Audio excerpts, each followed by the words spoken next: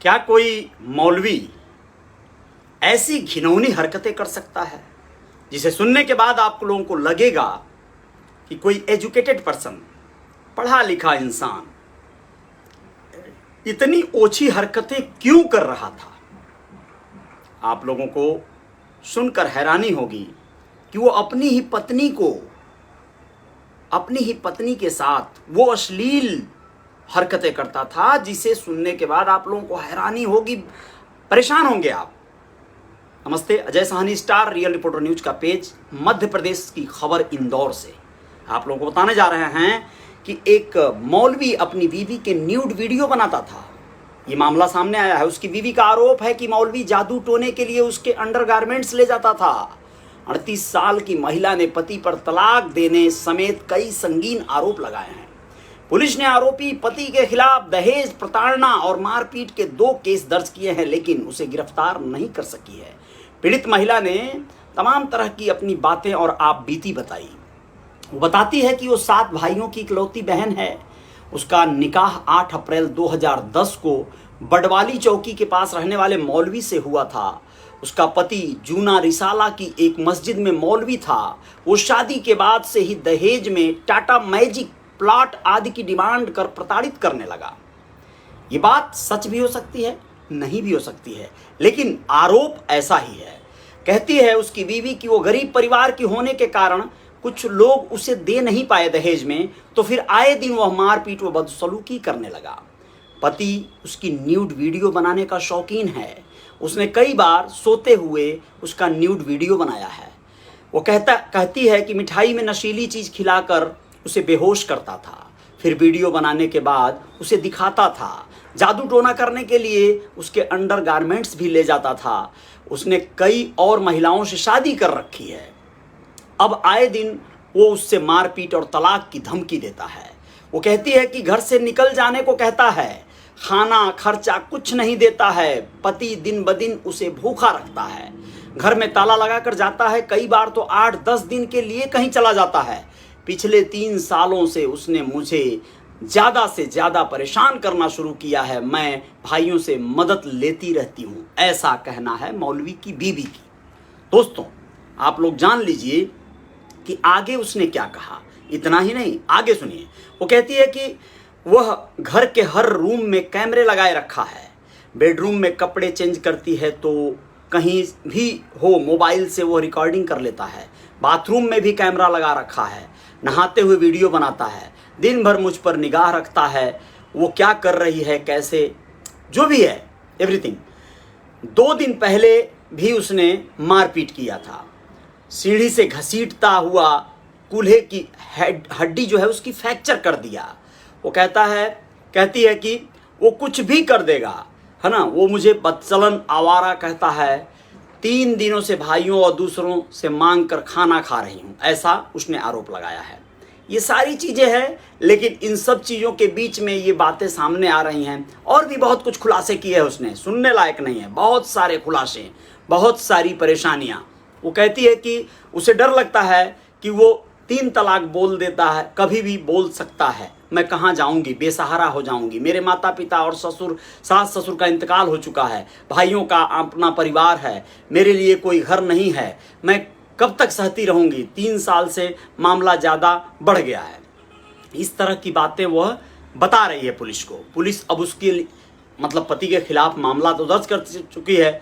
पीड़िता के वकील NK सोनी ने बताया कि पीड़िता का पति उसकी वीडियो रिकॉर्डिंग करता है, आशिक मिजाज व्यक्ति है। पिछले माह ही उसने मारपीट की तो केस दर्ज हुआ था, मारपीट का केस उसके ऊपर। उसने दूसरा निकाह कर लिया है और चाहता है कि पहली पत्नी घर से खुद ही निकल जाए। शनिवार को घरेलू हिंसा में पीड़िता के बयान हुए हैं, जबकि भरण पोषण मामले में अब नोटिस जारी किए जाएंगे, ऐसा कहना है।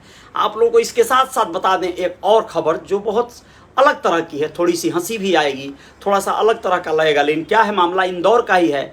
MIG पुलिस ने धोखाधड़ी के मामले में भोपाल से एक महिला को पकड़ा है। उसने इंदौर के रहने वाले अपने एक दोस्त की कार को धोखाधड़ी कर किसी को बेच दिया।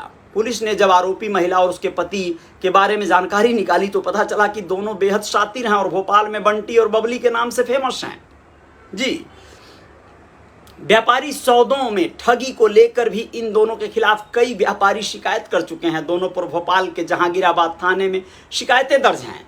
टीआई अजय वर्मा ने बताया कि इंदौर में निजी कंपनी के काम करने वाले सागर विश्वकर्मा की शिकायत पर भोपाल से उसकी दोस्त रश्मि राठौर को पकड़ा गया। रश्मि ने 20,000 रुपए महीना की बात कर 3 महीने पहले सागर से उसकी कार किराए पर ली थी। 20,000 रुपया महीना में उसने किराए पर लिया था कार को, लेकिन उसी कार को महिला ने भोपाल में 2 लाख रुपए में बेच दिया। पिछले 2 महीने से जब उसे किराया नहीं मिला तब उसने जानकारी निकाली तो सच सामने आया।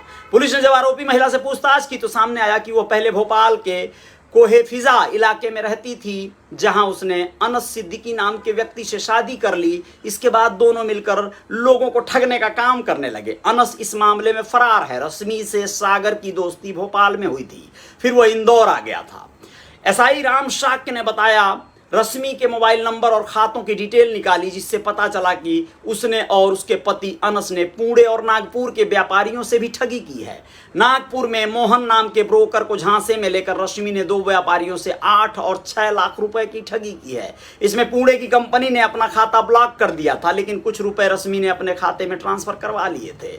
इस तरह की वारदातें सोचिए, गजब की बात है। कॉन्फिडेंस भी देखिए। रश्मि के बारे में जानकारी लगी है कि वो काफी शातिर है। वो गेहूं शक्कर की मिल में बड़े कंपनी की एजेंट बनकर जाती थी, वहीं से व्यापारियों को वीडियो कॉल कर उस मिल को अपनी मिल बताती थी। फिर खातों में कुछ रुपए एडवांस लेने के बाद फर्जी गाड़ियों में माल पैकिंग कर फोटो भेजती थी। पैकिंग करने का फोटो भेजती थी। इसके बाद वो ठगी कर फरार हो जाती थी। पुलिस के मुताबिक इस मामले में रश्मि और उसके पति अनस के अलावा उनके कुछ अन्य साथियों के भी नाम सामने आए हैं, जिनकी गिरफ्तारी जल्द हो जाएगी, ऐसा कहना है पुलिस का। खैर, ये तो बात रही एक, लेकिन अब बहुत ही मार्मिक विषय पे आप लोगों को लेकर जाता हूं, जहां पर आप लोगों को लगेगा कि क्या ऐसा भी होता है।